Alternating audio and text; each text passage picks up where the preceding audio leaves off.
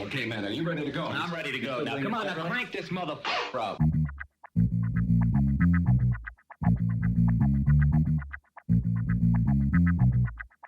Break it down like this.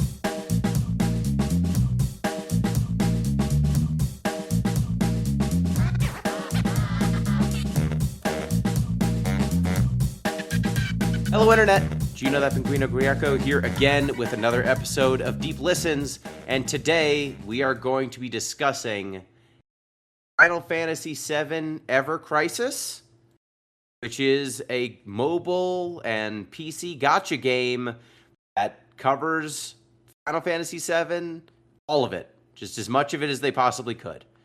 And joining me to discuss all things Final Fantasy, Chris ZombiePie Redacted. How you doing, ZP? I touched my belly button and then my eye started twitching. Great. Thank you for joining. Also joined, as always, by Jeff Rude. How you doing, Jeff? Good. I'm done with that. That's Jeff Rude, diploma holder.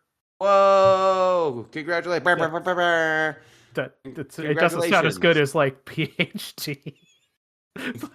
But it's what I did. You got a different diploma than the one you had before. Exactly. Goes with my bachelor's really well. It's like a wine and subpar cheese pairing. Are you now a master? Or a bachelor of a new thing? It's not even a bachelor. It's like an associate's degree, but it's not even an associate's. It's great. I spec'd into a new career field. I did it. It's done. Sick. Sick. Well, congratulations on your graduations. 2 years. Very nice. Before we discuss Ever Crisis, first I'll do the plugs, then ZP will afflict us with food. So reminder, you can get in touch with the show. deeplistenspodcast@gmail.com is the email address. deeplistens.libsyn.com, that's where we host the show. And deeplistenspodcast.bluesky.social, that is our social media account. And you can support the show on patreon.com/deeplistens. At the $1 tier, you get access to our Discord. At the $3 tier, you get access to the OG Soncast, which is an anime podcast that releases on roughly a monthly basis. ZP, what is the next anime that y'all are watching? Well, we decided that we need to help spread the word of our podcast, so we've gone mainstream. We're watching the original Trigun. Oh, hell yeah, that's a good one. I've heard of that one.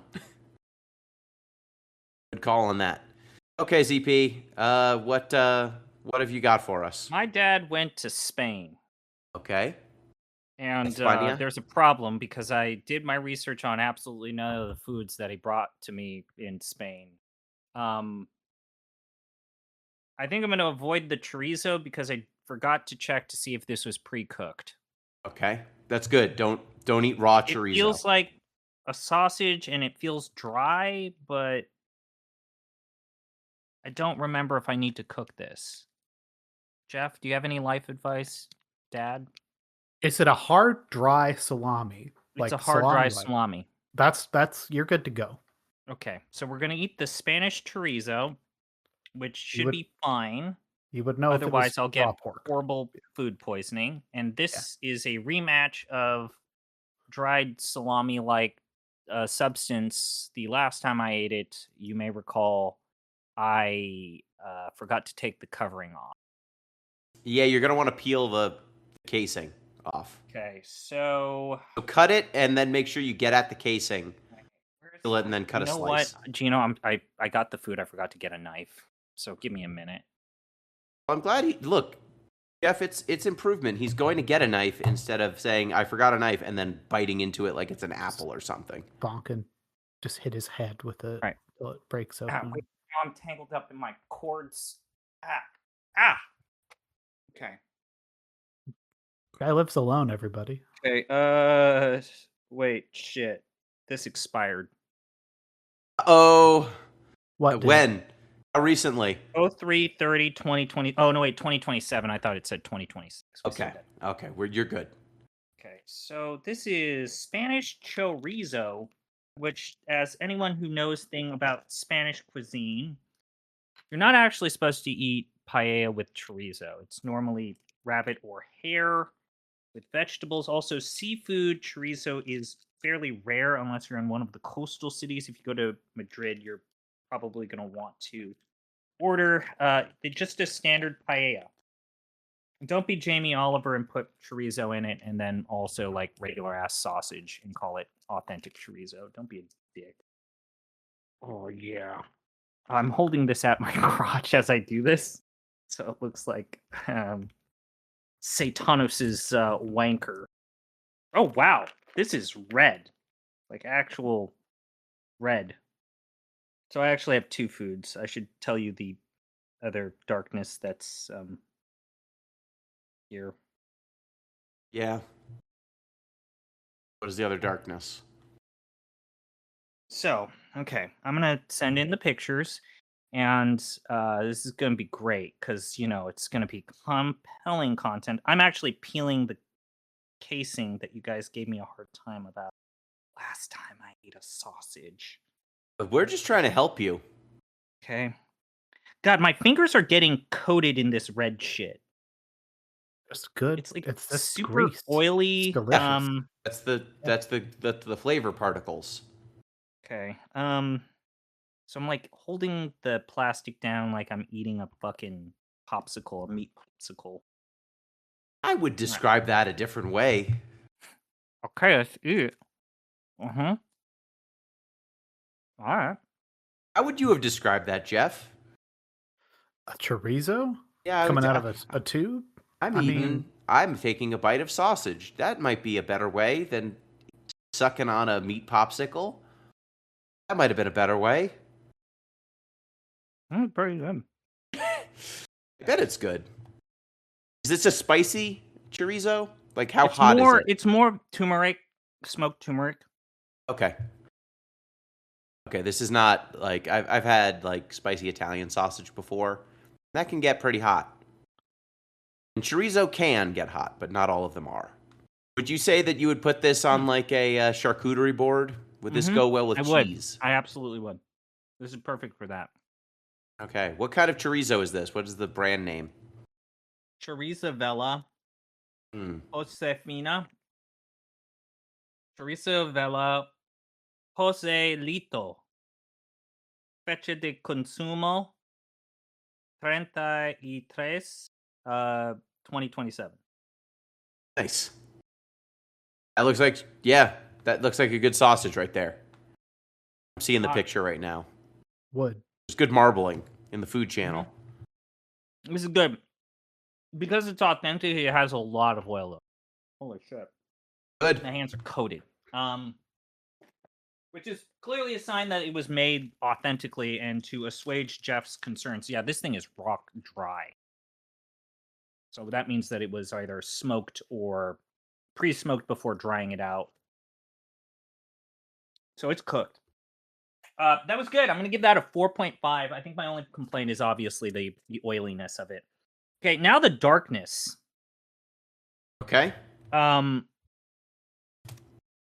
dad got me something. Now, we've had a pretty bad track record with seafood on this show. Yes. Last time we did seafood, it was abalone in a can. Yes. And technically this is seafood. Uh-oh. This is olives stuffed with anchovies. Pasicas. Pasicas, aceitunas verdes, rellenas de anchoa. Qué rico. La española. Española como ninguna. Okay. So this is a stuffed olive, but instead of stuffed with pimento, it's stuffed with anchovies. Now, okay. Secret thing, and I know that this is going to hurt Gino. The secret to a lot of Italian food is even if you're a vegetarian, anchovies are the go-to salt thing for most like restaurants. Even if you insist that you're a vegetarian, they're probably going to use an anchovy to add a salt content bomb. It's basically Italian and Spanish MSG. I know. I avoid most salads as a result. I avoid a Caesar salad. Okay. Jeff, how do you feel about olives? You can have my olives. Olives are incredible. I love I them. love I'll eat olives. olives. Olives are one of my favorites. You may both have my olives. You can have them for free. That's great. I'll give them all to you. They're Okay. they're too damn oily. I like olives and their oils. The oil has industrial applications. Mm. Got to use it for Mm. cooking. It's so tasty. Well, So I have not really seen a anchovy stuffed olive. That's a new one by me. I've seen pimentos. I've seen garlic even, but not. they kind of rolled them anchovies. up. I and can there's chunks of fish in this can. Okay. Oh, they actually. So what they did is they took the other side of the olive. So this is something that I don't think people understand. Is like olives in a lot of places are still hand cored. Hmm. It's actually a pretty intense process, all things considered. But they actually put the core back in Hmm. the end. Yeah, Is it's a saltier olive with like that anchovy. It Yeah, I kind of don't mind- reminds me of. Yeah. Imagine your Caesar salad with anchovies, Mm-hmm. but it's now got that pickly brininess of an olive. It has that kind of like authentic Caesar salad taste Hmm. with the accent and the aftertaste of the anchovies. It's less successful than a Caesar salad because it doesn't have that freshness to it. Yeah, that's what I was thinking. So where do we want to rank this? Yeah, how is I'm going to this? give this probably a 3.5. Let's see. Okay. How about Maybe just a the 3. sausage? I'm going to give that a 4.5. I'm only going to take off a half point for the oiliness. All right, there we go. I thought we were Gracias, talking España. about Ever Crisis this whole time. Well, his stomach's going to be in an ever crisis after anchovies, olives, and chorizo. So that's something to look forward to. Well, you introduced it, Jeff, but you picked this game, so Oh, I did. feel like that means that you have duties to explain what the fuck this is. Yeah. I'll take some ownership in what happened here. So yeah, I recommended this. I'm gonna reel that one in right now. I didn't recommend this game. I appointed it. I referred us to it. I did not recommend Final Fantasy VII Ever Crisis, and I do not recommend Final Fantasy VII Ever Crisis. This is revisionist history.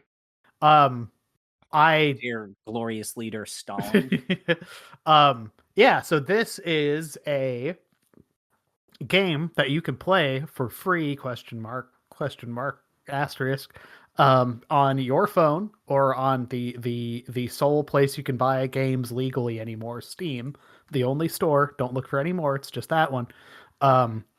And yeah, as far as I knew, this is generally true. This is kind of a gotcha mechanically skewed way to revisit all of your favorite Final Fantasy VII apocrypha, but actually not all of it. It is a very strong mobile gotcha mouthfeel to this entire thing. Retelling of the original Final Fantasy VII, Crisis Core, Dirge of Cerberus, a little bit of original content, and then, if I'm not mistaken, I'm not looking at the menu right now. There's Before like Crisis. First Soldier stuff in here as well. Yeah, and before Crisis, I think also. Before Crisis. Yeah, so the our main protagonist actually was introduced in First Soldier. Yes, that's why his I've got this in my head. start was in First Soldier. In a lot of ways, also, I feel like his introduction is a retread of his introduction in First Soldier, and I think that game went offline by the time they published this. Yeah, there timelines was are a little that off. that cigarette had just enough in it to light the next cigarette. Basically, it was But it was a soft reboot of sorts for that specific character, who Yeah, then look, was having played First reintroduced in Soldier, Rebirth. like, I'm on the episode where we ranked that game, so you can go check out all of our hot commentary on that. experience whenever you'd like. But suffice to say, First Soldier was a very memorable and good, um, take on the very popular Arma 2 mod, King of the Kill, right? That's the only way people know about those, right? That's kind of So like a bunch of people get dropped into space and shoot each other. yeah, so the options story wise are Final Fantasy VII, Crisis Core, First Soldier Episode 2, Advent insane. Children movie, and then Dirge of Cerberus. So I was wrong about Before Crisis. So that's where I'm gonna start right there, because that was when I first booted this up. Like, I think it's fair to say, given the way that we have chosen to operate this show, we are probably never going to rank Before Crisis, as it exists or as it existed. Which, for those who don't know, it was a mobile phone game, like a Java era mobile phone game that was only released in Japan. It never got released in any way, shape, or form over here. So in my mind, I hear we're going to roll up basically all of that compilation Final Fantasy VII stuff from 20 years ago into this thing. That's the first and most interesting item to me, is like, oh, an officially sanctioned way to play Before Crisis. There are other ways you can get that done now. We don't need to go there. So that not being in this thing was an immediate, like, I do not give a shit anymore for me. That, like, the fastest I have ever mentally checked out of an experience I think I've had in a while. Because I'm like, okay, then all we've got here, as far as I care, is a worse way to experience a game I've played dozens of times. So A worse way to experience a passable film, a worse way to experience a mobile game, which we ranked quite low on our ranking, and then, in all likelihood, a worse way to experience Dirge of Cerberus, a game we haven't talked about yet. That does not constitute a very cool package for me. And then you start playing it, and it kind of goes down from there. That's the thing, is this game is... It's straight up. So for some of the games that you probably are most familiar with, like Final Fantasy VII, for example, it is largely just retelling those games, almost beat for beat, not line for line. There's some retranslation going on here, but the combat it's still turn-based, but because it has been gacha-fied, a lot of what you're doing is getting the gacha weapons. And if you are trying to come to the game now, for example, if you're joining in, it came out originally in 2023. If you're coming in now, this game has the problem that we had with Opera Omnia, which is, by this point, the gachas, like the good weapons that they just give you for the gacha, like if you just did the first draw that they give you for signing up for the game, it's going to give you weapons that outclass almost all of the story content until you get very deep into these games, which means you do not need to engage with any of the mechanics. You can just hit auto battle. They really want you to just hit auto battle until you get to the content that is gated by having good equipment. So it means, imagine playing through Final Fantasy VII, which you probably have already played, watching your own character's auto battle and killing everything in one shot because you've got a better weapon than the early content, and just doing that until you got to like the very, very end where there's gated content. The auto battle mechanic in this game really did give me vibes of Mobius Final Fantasy, where it's like auto. Yeah. And then the game always plays the best possible hand when you're in there.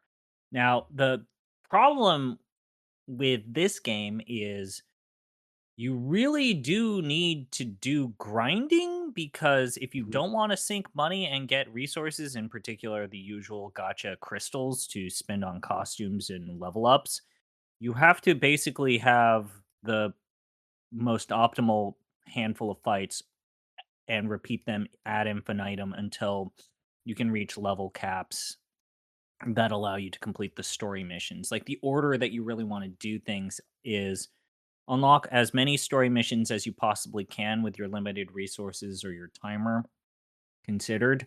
up to a certain point, do daily challenges as well as guild challenges, join a guild, and beat as many of those challenges as you can to get resources that you then unlock more packages. And how you go about doing those unlocked packages is up to you. You kind of always want to make sure you're doing the daily 3 premium quests in particular. Focus on those memory shards as they help you increase the stats and unlock your limit breaks for your characters. Oh, by the way, the limit breaks for the characters are locked behind burning resources onto them. And I would say if you do decide to go down this dark path, do not pull on a banner that has a limited weapon that you cannot OB 6+ on. This makes sense to the people who have played this game. And just focus on 3 characters for your main event and your side content tackles. A DPS, a debuffer, and a healer in particular. The kind of classic, min-maxing kind of spec little party. But the only time when you don't need to do the auto battle, and this is the same case with Mobius, is when you reach end of chapter bosses that will cave your teeth in if you don't play things in a particular order. And oftentimes you can't do any form of damage on those bosses until you reach a certain level or are able to pop these abilities that are behind more powerful characters that were introduced later in the game. Which unfortunately, I mean, Em and I played this game when it first dropped. It unfortunately leads to you playing the same encounters like 10 or 12 times. Like Em and I, when this came out, were moaning about the fact that we had to beat like Sephiroth like 15 times to get enough like gems to finally be able to progress the story. That's where we were at then, and that's where you're going to be today. Yeah. I want to park here and talk about the economy of these games a little bit, and which is a nice way to stop talking about Ever Crisis a little bit, because my partner has recently, for the first time, got infected by a free to play game called Palia. I was gonna say, is it the gay one? No, well, look, there's like a sprinkle of the gay shit in there, and there's nothing wrong with that at all. It's lovely, but it's mostly like, that is a game that has, purchase. It is, a free to play game, right? There's purchasable cosmetics. There's like a gajillion different currencies. They all kind of do different things. Like prices on things. It looks like there's generally not like a way to convert currencies, and there's like, the cosmetics you cannot buy, as best I can tell, with grind currency really at all, right? You kind of need to like either, be, here's a seasonal shirt, or hey, get in, give us $10, then you can buy the good shirt, like whatever the hell. And like, as these things go, it seems kind of fine. Like, I don't know. I don't engage with a ton of free to play stuff. Not for no other reason than like, I don't know, like if Civ, I paid for Civ 10 years ago and I'm still playing it. It's fine. But like the idea of just like, yeah, there's to progress in here, you need to be like, you can pile up some grind currency to get what you need. Or over here in this other part of the store, we have this thing. If you give us $5, we'll give you 5 opportunities to maybe unlock this good thing. Or if you give us $10, we'll actually give you 11. We'll throw a free one in there. So it's actually a better deal, Mm-hmm. And if you give us $20, give you 23. That's basically 3 free boxes. Like the like slow, insidious like nature of that kind of shit. So I guess all this is to say, ZP, in the engagement that, because you went harder on this than I did. I think everyone's already picked up on that, so I'll just say it. How bad does that grind get? Like, was there a point? Pretty bad, dude. Pretty Yeah. bad. It's, I mean, you get into the point to where this is where most gacha people will say, well, the gacha I play doesn't require you to sink money in. Yeah. It's like, okay, that's what everyone says. Well, like, hey, none of them do. Strictly technically, speaking, like right? that's what I usually always However. point out. It's like most gachas don't require you to sink in money. It's that, you're sinking in your time. How much sweat equity do you want to put into this And then thing? sometimes they even Yeah. have the audacity of like playing ads while you're sinking in time, which, that's the Candy Crush model, right? Yep. Yeah. So they're getting their money no matter what. Yes. And there On does Microsoft come the front. point, really, I would say, when you start to get at least the main storyline or story plot point with Protag Kun, where it really does, you really do find the 4 or 5 bosses that generate a decent economy of specific resources. This isn't as bad as some of the other gacha games that we have played for this podcast with like having multiple different currencies. It's not Brave Exodus, right?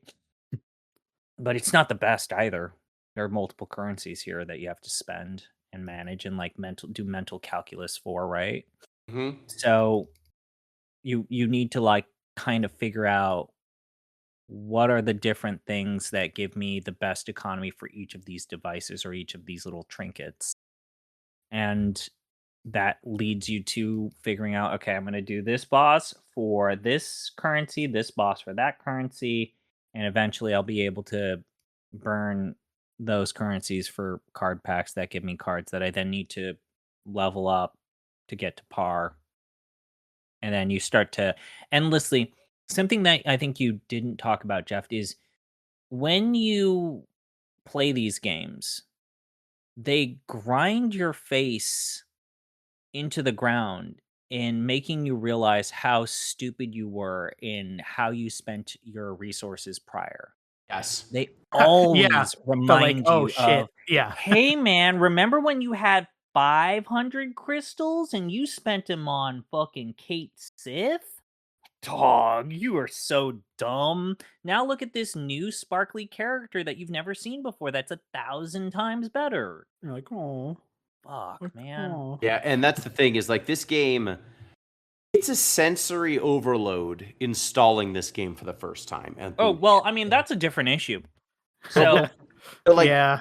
the mobile phone version of this game has forever been notorious of like being a battery drainer. Like I played it on my phone and I had to have it like hooked into a charger to like be able to play it for more than 10-15 minutes before my battery would just get to critical levels. So there's that. And I think, Gino, so what's the install right now size at this point if you want to play it on Steam? oh I'll man, pull it up was here. it was a lot of gigs, man. It just installed 2 gigs when I booted it up before we started recording. Well, that's like, so this is one of the I've my experience with this kind of game is like somewhat limited. But okay, there's no way this is right. Like this may be the most egregious one of these I have seen to date. Was like, because you could this is on Steam, search Ever Crisis, you could download it and install it. It's great, good to go. Hit play. It's like awesome. It's like 500 megabytes. Like, oh, okay. That's what this says in my like file install thing on Steam right now. I guarantee it's bigger than that because the first thing you are presented with is, hey, we did download some more content. Is that okay? I'm like, okay. And it's like, cool. It's just like, 50 gigs shit. Like, oh, okay. Go to town, I guess. It's just like you couldn't just get all this, and it's because it's like live and they're constantly pushing shit, like whatever. But yeah, that like an immediate sign of insecurity for me is like, why couldn't you just be fucking normal? Say how much stuff was in this game. Yeah, like just fucking tell me. It's they were like, hey, this next download is going to be so big, and it's okay. I guess I can, for whatever reason, just say no here if I wanted. But I don't know. It's just fucking weird. Yeah, and when I said the sensory overload, I mean when you install this game, it hits you with like 12 different campaigns. And when I say campaigns, I don't mean like the story campaign. I mean draws, the seasonal and the gotcha events shit going on. And, yes, and the seasonal events and the welcome bonuses, and here's 5 swimsuit time. Yeah. Yes, swimsuit time, and oh man, here's an energy drink, and it takes about a minute or two even get to the menu, just clicking as fast as you can through all the trailers to the content, that you have no context of what any of it means, whether any of it's good, what you should be doing. And then it's got a tutorial that also doesn't help because, again, you've got weapons that are way better than what the tutorial prepares you for because it's 2026 and not 2023. So most of the gameplay stuff is invalidated by the economy. It's the normal gotcha disclaimer that we have for a lot of these games, right? Yeah. When it's a gotcha, the economy and the economics overrule everything else about the game and makes everything else about the game feel cheaper and worse. This game hands you tools to invalidate its own content, to incentivize you to pay them to get to the content that you would need the good stuff for, right? Like, they don't want you enjoying your time with the low-level content. They want you to become one of the whales who grinds on the high-level content. And this is one of the more ugly games when it comes to that stuff. We've played other gotchas for this show before, and this one is probably one of the most, I think it's the most disruptive when you boot the game. It does constantly pull me out. That's like, it was very easy to put this down after being kind of slapped in. It's like just constantly spring-loaded shit coming and thwacking me in the face. And like, I don't, my threshold for this is just kind of low. Like, Yeah. I understand, like, for there are many parts of the world, I would argue North America and a whole is cruising in this direction, that this will be kind of a thing anyway, where the idea of like, here is a game that costs no money for you to play, that is quite appealing, right? Mm-hmm. There is a whole world out there of people who are not us, who do not have a core graphics and a Sega Saturn in a closet, for whom the games I play are just on my phone, and I am paying, $0 to have those experiences. Like, that fight has kind of already been won, and we're kind of standing here being lapped by the rest of the industry. So like, I am realize how fucking old man yelling at cloud I am talking about this, but like, this just all feels terrible. Like every part, like the getting in and like doing the combat of this game, turning off auto battle and like making what little decisions they are, and going through and seeing fucking Cloud and Tifa and the characters I like do stuff. It's fine, but it feels like the game is rushing you through that as quickly as they can so they could get you back into the gift shop. Yeah. Like as quickly as possible, 100% of the time, and I just don't want to do that. On top of that, Jeff, it still has the timer energy system that all of these Square games. Yep. Which, how hard did you hit that stuff, ZP? Like, I absolutely hit that stuff. It was one of the things that I feel like immediately repulsed me and pushed me out, even though I was like, so let's say that you do spend money on this game. You do actually sink in some sort of financial investment into this game. Let's say this is your first time experiencing Final Fantasy VII, just like a game which I think is pretty good, by the way.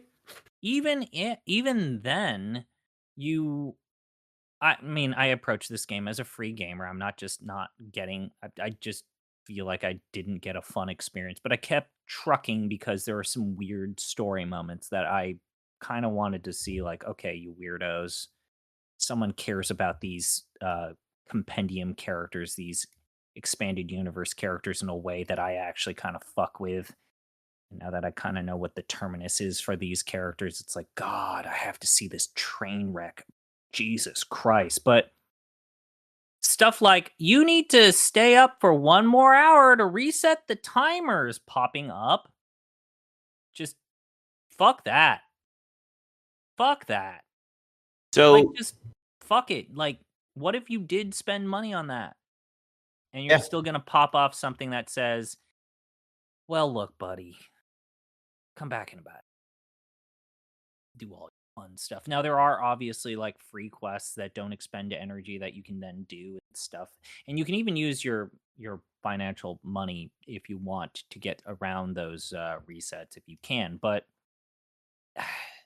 again, I didn't spend a dime.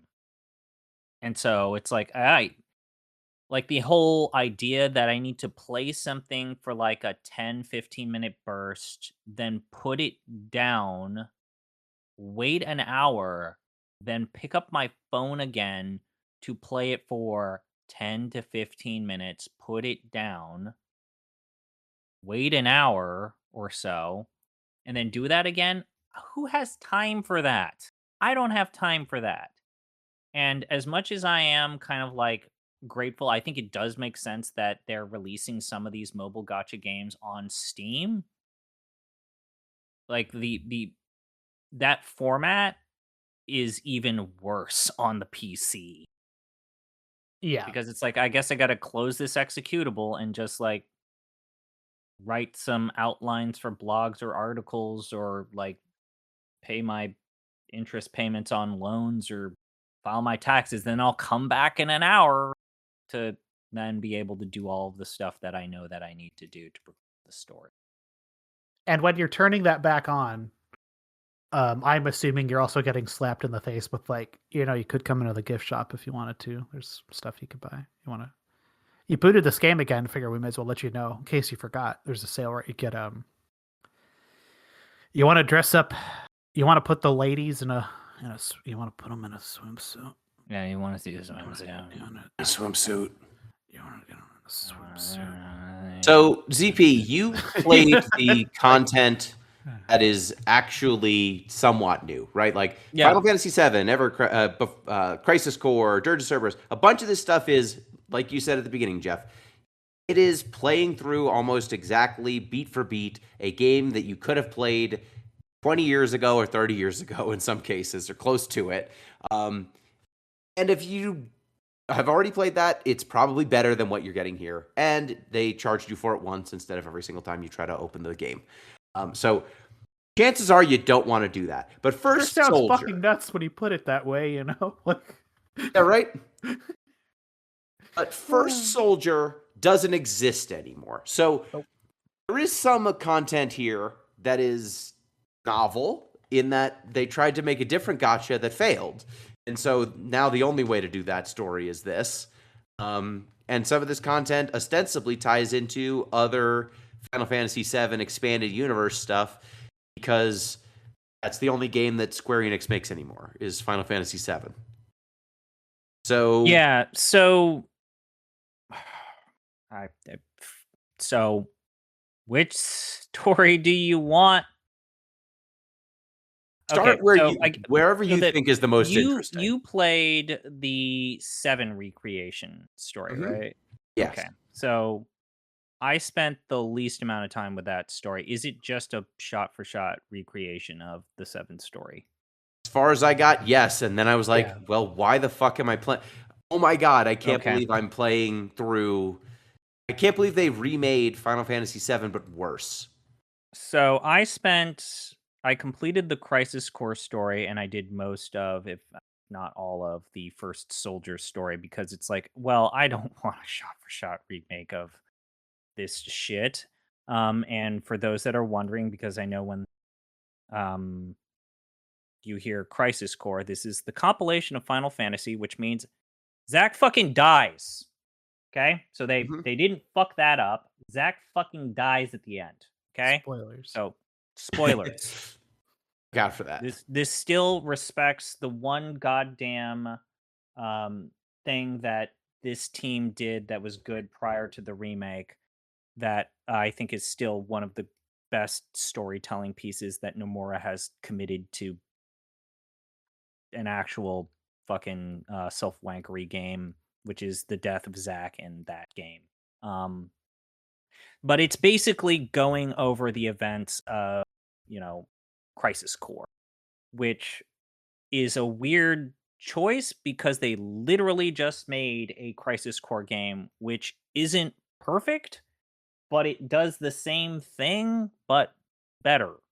So, do you want another recreation of how Zack and Angeal together to encounter Genesis, and then Angeal finds out that he's some sort of weird fucked up angel thing, and then teaches Genesis all about like how we are the ones that are chosen to lead the people, and then we also need to be invested in killing Sephiroth and this Genova thing, but we're some sort of angelic force that's above all of them, and also we're evil.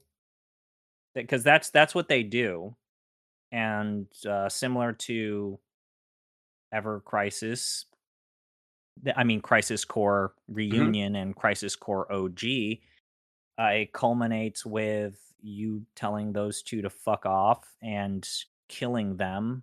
Hmm. Spoilers, and then there's a weird scene where you see the goddess of materia, Minerva, and the whole pantheon of gods in the live stream are presented to you the same way as, again, Crisis Core did, and it was a bunch of anime horseshit, and it's completely unnecessary to the emotional core of what makes Final Fantasy VII special. So, despite all of this bullshit, you kind of forgive the game and this entire story arc because at least at the end of the day, gentlemen, Crisis Core sticks the landing, and that ending is still fucking incredible. And that's And, really that only kind of needs to be said and we'll beyond the cover fact that that eventually.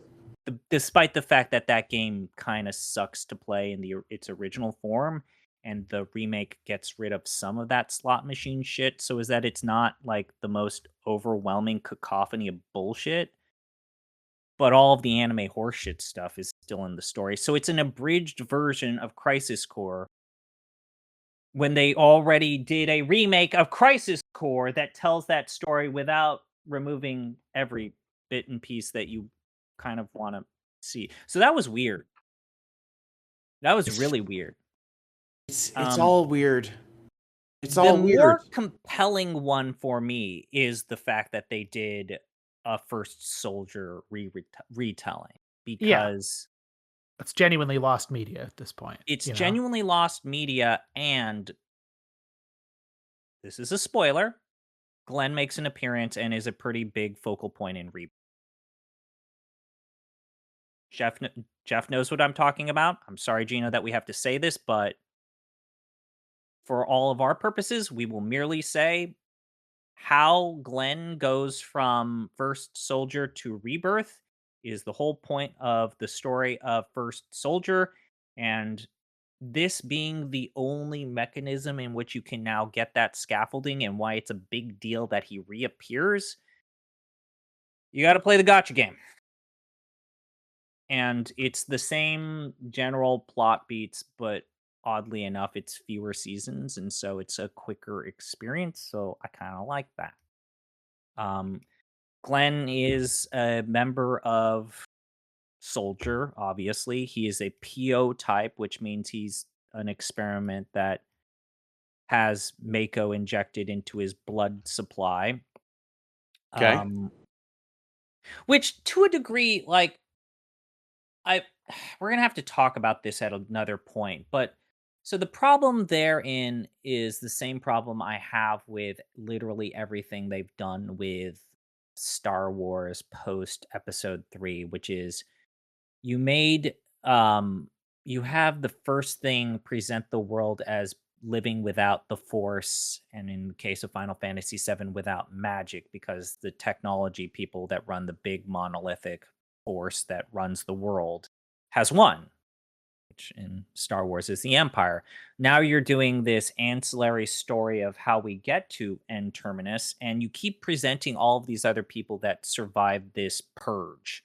So the core problem with Glenn is, oh, he's a soldier, kind of like Cloud, but the whole point about Cloud is he was like the only person who survived getting Mako injected into his blood because he's special.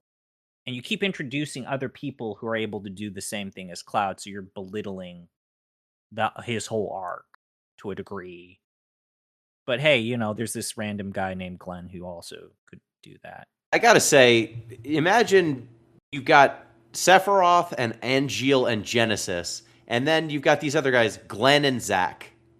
Come on now. You can't feel good about the I'll other take people in your program being named Glenn and Zack. we can talk about this another podcast, but Zach's actually pretty cool. Fuck Zach's fuck great. you. Don't Fuck get me you. wrong. Zach's Zach great. is great. It's just Also, funny to me Zach that in it's the like Rebirth and remake he's fucking great. Zach is great. I'm just saying, if your name is Zach or Glenn, I don't think it's going to work out for you as well as it does for Angeal, Sephiroth, and Genesis. Yeah, You know? either biblical angel weather phenomenon or like, yeah.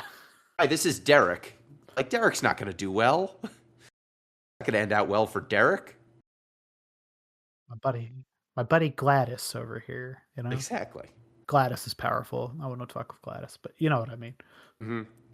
So, in terms of the, is there anything else you want to talk about with this gacha ZP before we get to the? I mean, like the thing that I'll say is technically you would be playing it out of order, but my recommendation is actually completely skip the Final Fantasy. Well, you kind of do need to play the Final Fantasy VII story first because it gives you a bunch of overpowered characters and abilities that just allow you to steamroll all of the other episodes.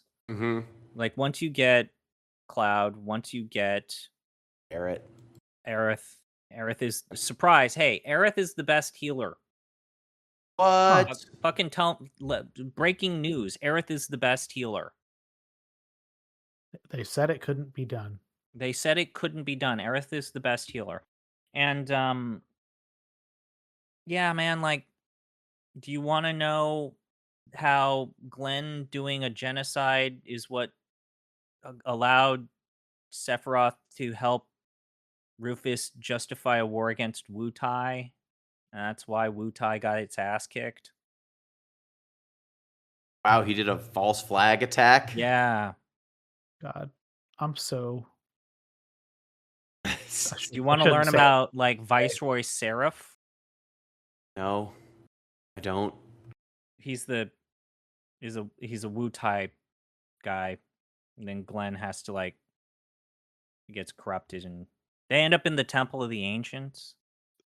I'm gonna... Which, again, having all of these randos visit these locations is kind of insulting because it's like, like, we went through this whole fucking thing to get here, and when we went there, all of the, like, omniscient narrators and souls and spirits always made it clear that, like, oh wow, nobody's ever been here. You have to be pure of soul, and then now Pro Tycoon's here just fucking about, twiddling his thumbs so as that he can hear some sort of weird soliloquy from Angeal or Genesis or Rufus or fucking Sephiroth. So is that know that they're evil? I think this series, the Final Fantasy series, is in a really good place because I have more to say, I think, about Glenn, the concept of Glenn, than I do just about anything in the main numbered game that they just had come out not too long ago. A game which I have largely forgotten. Like, what fucking happened here?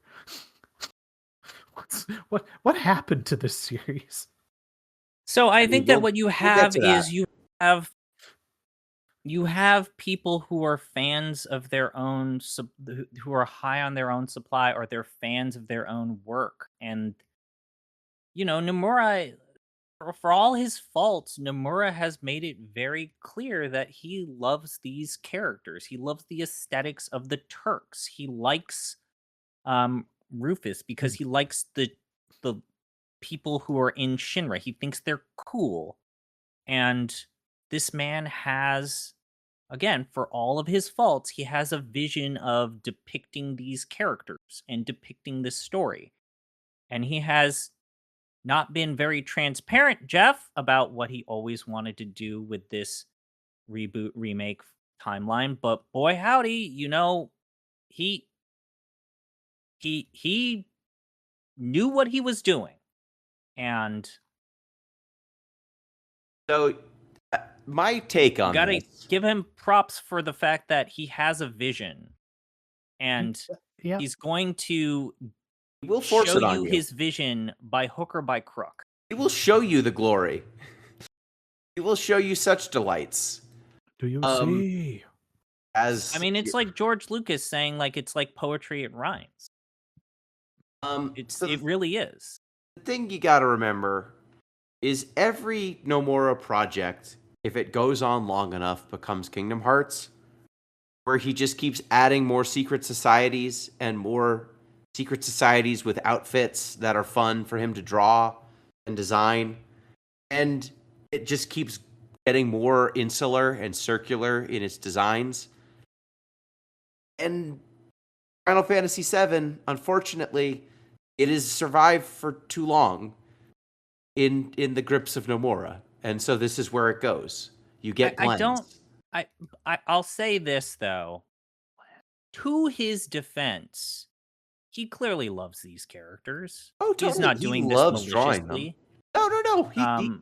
He wants them to live forever, and the only way he knows how to spin up stories is like this. You know? Yeah. This is where he goes when he's spinning his wheels. It's secret societies. It's hey, remember this person from one cutscene in one game 7 things ago? That's a hook I can use to hook 5 more different characters onto that.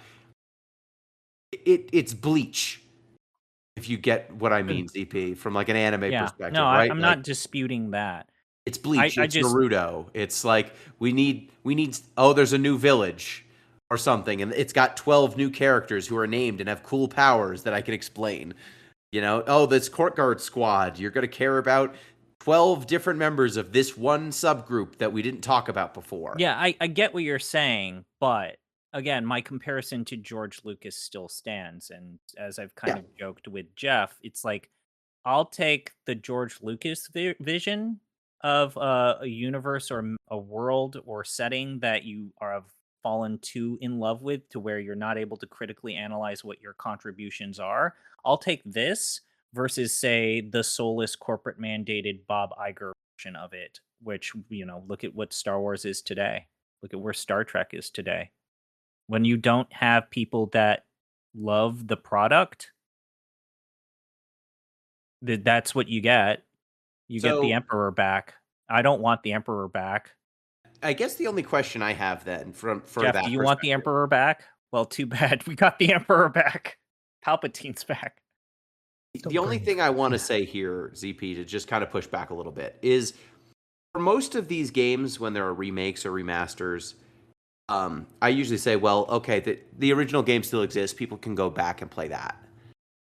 Final Fantasy VII is one of the weird situations where they've actually remade that original game so many times that I don't know if I was a new player trying to experience Final Fantasy VII, would I come in on Ever Crisis? And this would be my introduction to Final Fantasy VII. Is it remake? Is it the original game? Is it and then there's like been remasters of the original game, which doesn't change content too much. But this is a game that's been remade and retold so many times, and each retelling has more of the Nomura excess than the original game did. I think that this is a rare case where the damage done by the revisiting, it actually matters more than in other cases. You know, like you could come in and be like, Ever Crisis was my introduction to Final Fantasy VII, and to me, this is what Final Fantasy VII is.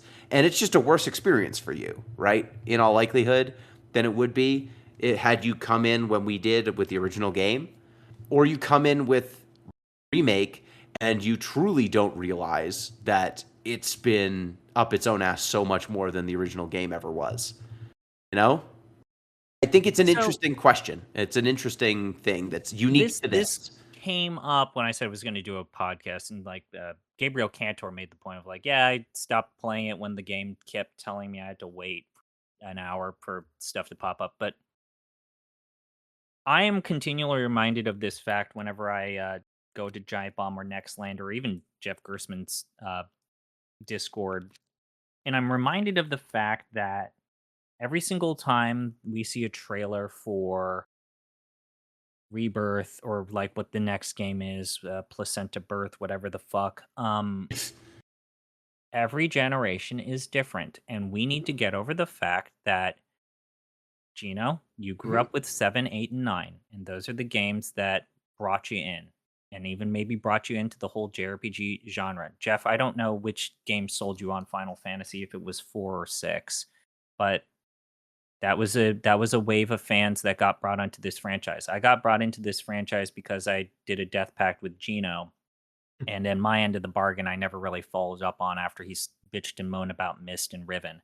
But I would say I got technically sold on with 10. 10 is when I really started to say, hey, this franchise actually works for me. There are people who they are in love with Final Fantasy because of 13. There are people who are in love with Final Fantasy and their only exposure to the franchise is an MMORPG called 14. Those people exist. And so every generation is going to be different, and the on-ramp to this franchise is going to change. Do I agree that I don't like gacha games? Well, fuck, dog. We lost that battle. I don't know what to tell you. Kids are playing Fortnite and fucking Rainbow Six Siege and all of these always online loot box bullshit games, and this is gaming for them. So this is the new normal.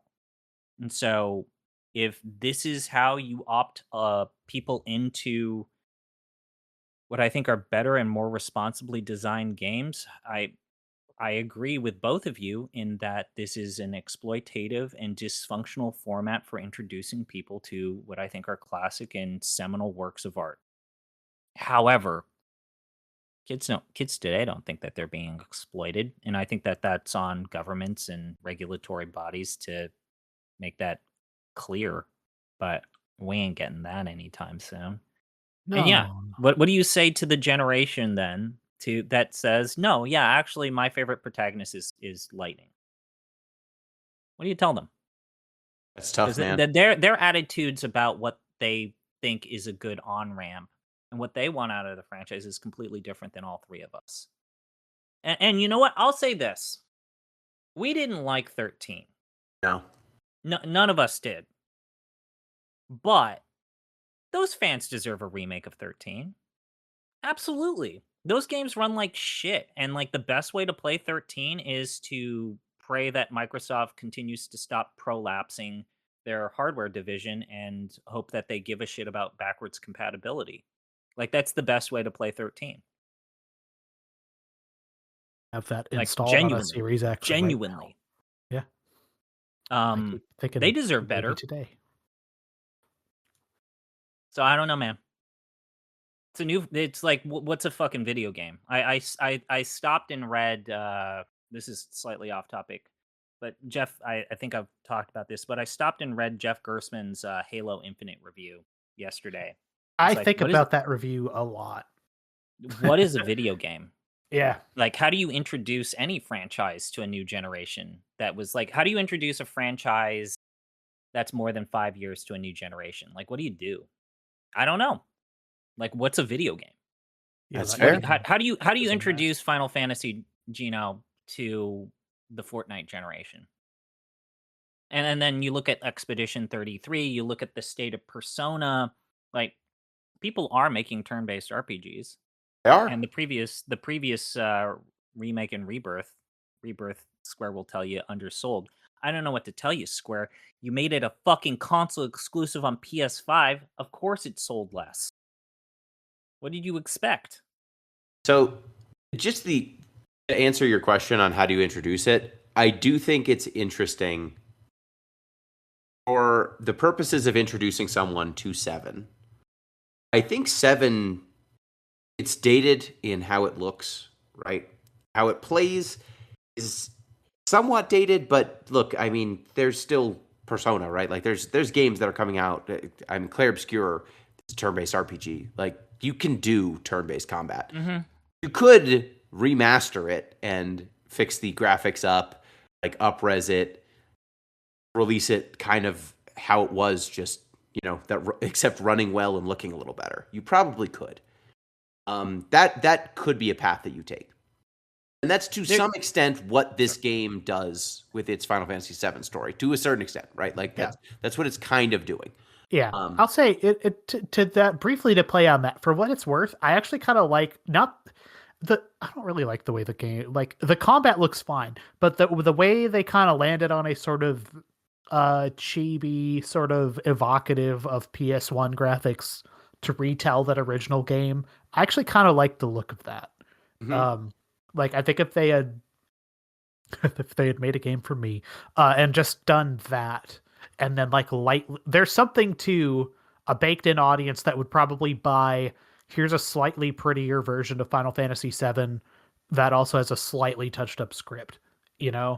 Hmm. I imagine there's a whole cadre of people to, like, when you say Final Fantasy VII got remastered, that's what they think of. They think of like the sort of mod scene around the PC version of Final Fantasy VII, right? It is kind of that, and it's all right. And then you get into the sort of combat, and it's like, here's this, PlayStation 3 model of Cloud. And I get a little less excited. Sorry, carry on. No. The only thing I was just getting at is that, like, I think that there's room for up-resing it and putting it back out. It's when the version that comes out as a fundamentally different story that I think it just gets a little bit. It's just interesting, you know. I don't think it's bad. I think it's just like it is interesting that for The story is us. different because this is a completely different time. Like we talked about this when we did remake. Like Mhm. you have to accept the fact that remake is a completely, and they've been pretty clear, is a completely different timeline than original Fantasy VII. And Yeah. It is. goddamn, you got to admit, Jeff, that they make that very fucking clear Oh as yeah. time goes on. And that's the thing, is just like, it's interesting that for some people, the more Kingdom Hearted up version of the game is the version that they're gonna know, right? Like, and it's not like 7 was completely coherent to start, No. but it's just getting less coherent over time. Yeah. And that's interesting. Like, there were opportunities to remake this thing by making it more coherent, and instead we've gone the other way with it. Yeah, I mean, I've also been doing some reflecting lately on, like, just me and the stuff I like. Jeffrey, why do you keep ripping DVDs? And like I don't know, they're it's because they remind me of when I was 12, right? Mhm. That's the deep answer to a lot of this, like, sort of nostalgia pap flavored stuff. And that's okay, right? Like, ZP touched on the fucking Star Wars, the recent trilogy, right? And like, Mhm. the reality is, like, those movies don't exist to me. I've seen them. That's okay. That can be someone else's Star Wars. They can have that one. We talked about olives earlier. You guys can have my olives. Younger people Hey! can have Ray and Finn and Poe, and all of that shit. And Nice. like, I don't know, that I think about that, and then I think about a healthy game industry, which we also don't really have anymore. Sure And the don't. idea of, like, I could be perfectly well served at this point with a hard drive that just said the PlayStation 2 library. Here it is. It'd be like, I could probably just live in that and never purchase another game again. Um, and then if there's another industry out there where people continue to make new games, which are either Fortnite derivatives, Roblox derivatives, or gacha games, that's cool, and that can be over there, and I'll just be over here on this island. Um, and I'm like, I don't know, man. That's doesn't strike me as like a growth industry that I'm participating in. That strikes me as walling myself off into like a little nostalgia pit. But then I think I could cogently sit here and argue, like, yeah, um, PsyOps: The Mindgate Conspiracy is a better game than Ever Crisis, despite being 25 years older and having, been seen by a fraction of the audience, Um, and I don't have a grand Yeah. point here. I guess I'm just saying this game. Here's my You and point. me, This we game wanna made play- me feel so old. Yeah. You like and me, like Jeff, we want to play Evergrace and Arc the Lad, Twilight of the Spirits, because we're sick. I I would wanna rather play have Big those flavors Spoon of 1 bad and than 2. this.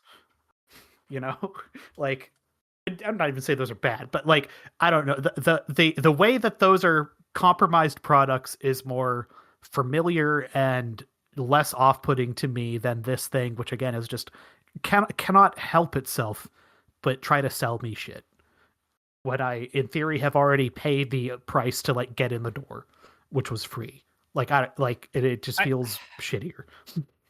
I guess where things I think we're dancing around the issue is this is also the mechanism that they've picked to introduce a cadre of characters that feel very contextless when they appear in the other products. Like, Uh-huh.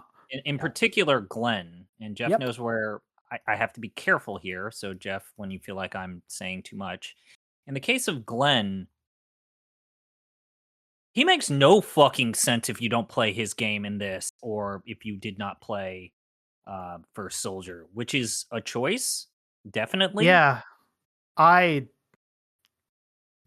should probably just stop talking about Yeah, Glenn. we'll get to that in a bit. Glenn of it all. But to talk to your point, I feel attacked Gino, by this game. look, I've said this before. While I'm not in a committed relationship, I would genuinely love to have kids. I don't know how either of you feel about your partners or where you are in life, and so I've actually checked the Reddit thread for dead gamers, and seen something that has cropped up both on social media, and it's parents introducing Final Fantasy VII to their kids. And most of the kids, because they play Roblox, actually like pixelated and blocky textures because, voxel-based games actually look similar to Minecraft and Roblox. Mm-hmm. And there's a bit of a recurring meme, and I'll show you one that basically started it, of parents recording their kids when they react as they're piloting the submarine and they accidentally run into and bump into a ruby weapon. And it's one of the best things because these children are having the same fucking response Emerald you and I weapon. had when we made the same mistake. Mm-hmm. And it's like, it's a human, not a gendered, not a cultural, not an economically codified response. It is a human response. We all did that. And that Damn it, shit. that gives me so much hope. That gives me so much hope. Yeah. And so I think, wow, we ended a conversation about Ever Crisis with hope. Way to go, ZP. Landed the plane there. Even though it is actually hope that people can play Final Fantasy VII. And actually I wonder, this is maybe a conversation for another time, but Jeff, you have an idea, or you've thought about this to a degree. How long do you think they maintain this game? Because it is so intrinsically tied to parts of Final Fantasy Rebirth in particular. Do you think they're in for the long haul? Like, because this game Rebirth gets real weird if you don't have this as a segue for certain things. I mean, here's the other segue I would make out of talking about this product is, to answer your question, I don't know, and I think this gets slightly complicated by, it seems to me, Square has an interest in taking some of these products that were mobile first, massaging them and turning into real video games. They have done that with that Octopath Traveler 0 thing, and now they are doing it with Opera Omnia in that, I forget what they're even calling it, Final Fantasy Resonance. That's actually Brave Exvius, not Opera Omnia. Brave Exvius. But like, my point stands, right? That's okay. So you take what I understood was like, this is an okay game with all of the trappings I do not want in a mobile game. Okay, well, what if you gutted all of that shit out and you just made like an okay game? That's interesting to me. And so when I think about how long does this last, I think about it kind of in terms of A, how long they just support it generally, and B, what could you strip out and turn into what Jeff would consider a game as opposed to a gift shop. And I'm like, I don't know, you'd have to do quite a bit of work here. And I don't know if they would be like, well, this would cannibalize sales of real Final Fantasy VII, or, we sell Crisis Core digitally too now, and it could cannibalize those, so we'd never do it. Like, I think there's reasons why maybe that doesn't happen here. But on the other hand, I don't know if you told me like there's kind of here's a Cliff Notes version of like 5 games, kind of interest to me. I don't know. That was the original interest for me anyway, right? It was like, again, to go all the way back to the start, here was a way to experience before Crisis, which they didn't do, which I still think is crazy. Like absolutely nuts. Oh my God, why didn't you do that? Yeah. I mean, I think that's the answer, ZP, is like they eventually maybe make it an offline version and strip out the gacha stuff and make it into a standalone game. This game, unlike, I mean, Brave Exvius is going to be this litmus test when it becomes Resonance, but this game, and then Brave Exvius was definitely tied. We'll see, but like the way that this game is tied to gacha-isms, I wonder I wonder how this looks without them. I really do. I feel like I almost have to buy, now I'm just not talking about Ever Crisis at all, Resonance, because that is a sentence I guarantee if you go back you can probably hear me say of like, I would be excited to play this if it wasn't like a mobile fucking thing, casino nightmare experience thing. It's like, okay, they have now done that. They took a Final Fantasy game and stripped out, as best I can tell, basically all of the stuff I do not want or like. Looks like they've put some love into how it is going to look. Now pony up, because I feel like if they do that work and then that game does not sell to a point, they're gonna go, well, you said you'd buy it. What you people told us to do, and you didn't buy it. Exactly. So I'm like, God damn it, am I gonna have to just buy that on principle? And I'm like, it's the only way we make these gachas into real games is if you buy Resonance. Is that what's the But Gino, I mean, just stop and think about it. Could you imagine a properly made Opera Omnia? Like that was our highest rated gacha game. Like it was good. Made Opera Omnia that maybe even just gives those games and those characters like just. Could you imagine? That'd be great. I didn't mind Opera. Like to a point, I thought that game was actually all right. Yeah, it was way less egregious than this. Speaking of, we should probably rate this. Yeah. So the current list of our official ranking of fantasies starts at the top with Final Fantasy VI, followed by Final Fantasy IX and Final Fantasy X. I'm going to do just the top 3, ZP, like you guys do, and off the deep end. Otherwise, this is a long list, man. Yeah, it's now up to 48 games and other things. And then the bottom 3 are Final Fantasy VI special tracks, Final Fantasy Unlimited the anime, and Final Fantasy All the Bravest, which is a piece of shit mobile game. At number 48 currently. So where do we think we should start? I feel like a good place to start with this is Type 0. Yeah.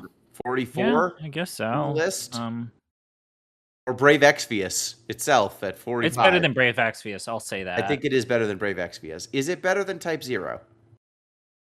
It didn't give me horrible motion sickness. It didn't give us motion sickness. Great point. It does have Final Fantasy VII in it, basically. It does. Which raises the I'm just acknowledging, Gino, that you chose to put this below 13 first. But is this worse than 13? I was actually going to ask for a different starting point. Okay. But I think it's better than 13. I don't like 13, man. I know you don't. That's why I'm kind of surprised. Yeah, I think it's better than 13. It's Look not at all the growth we've had over the years. I remember the first time we put something under that, and you weren't. And now it's just like that's just a scraped knee. You're just like, fuck it. Things can go below. There's worse stuff. No, I think that this is better than 13. I think I'd rather play more of this than play 13 again. That's kind of where I think I might be there. It's probably better than Last Mission, a mystery dungeon game that isn't very good. It's better than Interlude. Oh man, Final Fantasy IV Interlude was also game product. Dog water. Final Fantasy III UQ no Kaze Densetsu. That's an arrange album. Spoken word, weird shit. Yeah. Then we get to Mystic Quest. ZP, where would you have started at? World WAF? Yeah, I was gonna say it reminded me in iconic moments of Final Fantasy the way that WoF did, but for as bad and boring as WoF was, it's a better game. WoF is a better game. It just Yeah. is. I think WAF is its ceiling. So then it's just where between 13 and WAF do we put this thing? It occurred to me, I think I'm going to add a new column to this table for the first time in several years. Okay. And we can all just see what that is in real time. Between WAF and 13, Somewhere in between there. So in between there, we've got to calibrate. There's 10-2 last mission. There's 4 interlude. There's Final Fantasy III UQ no Kaze Densetsu. There's Mystic Quest, and then we get to WAF. It's not as good as I think I would rather play Mystic. I'd rather play Mystic Quest. I'd rather sit and listen to the Mystic Quest soundtrack. That's true. I'm okay with that. I'm okay with this being under Mystic Quest. Final Fantasy III's range is such a fart. It's a weird fart. It is a weird fart, but I don't. This has got a lot of content. Lots. Yeah, I would put it. I think it goes below Mystic Quest. So below Mystic Quest, but above UQ no Kaze Densetsu? That's what I'd do if it were up to me. CP, you okay with that one? What's below you can Sensu? Interlude, the Final Fantasy PSP IV. exclusive midquel thing. Yeah, it's better than that too. Yeah. Yeah, and I think it's better than last mission in 13, which I think we found it. Okay. Final Fantasy VII EverQuest. Ever Crisis. I need to say it right. Ever Crisis, not EverQuest. That's a different thing. EverQuest is below Mystic Quest. That's what was messing me up. And above Final Fantasy III UQ no Kaze Densetsu, which makes it officially our new 40th worst Final Fantasy product. Which means the list baby. at the top and the bottom is unchanged. The best is still 6, followed by 9, followed by 10. And then at the bottom, it's Final Fantasy VI Special Tracks, Final Fantasy Unlimited, the anime. God, what an anime. And Final Fantasy All the Bravest, the worst mobile game that they've made so far. Which means it's now my turn to pick again what game we are covering next. And I want to keep us in Final Fantasy VII land. I want to answer some of the hanging comments you two were making about Glenn. And I want to play Final Fantasy VII Rebirth. Okay. I did not finish Rebirth. I started playing it. I got pretty far into it and then stopped. Wait. So I will return to Rebirth. Okay. How far should we try to get for one show? Oh boy. I have to remind myself how that. I'll say this about Rebirth. If I recall correctly, this game starts strong. It does. Yeah. Calm is a cool little setting. If you can get through Junon... Yeah, get to Junon, stuff. and then we can decide if we want to finish Junon, but let's get to Junon. Okay. Yeah. I feel like that's works. a good-ish line. So, unless you chapter 1... unless you get stuck on a certain 2. card game, that's a good line. Yeah. Get to Junon. If you decide to finish Junon, that is up to you and between you and God, but let's at the very least get to Junon. Okay, I've beaten Junon in my original playthrough, but I will get back to Junon from the start. Great.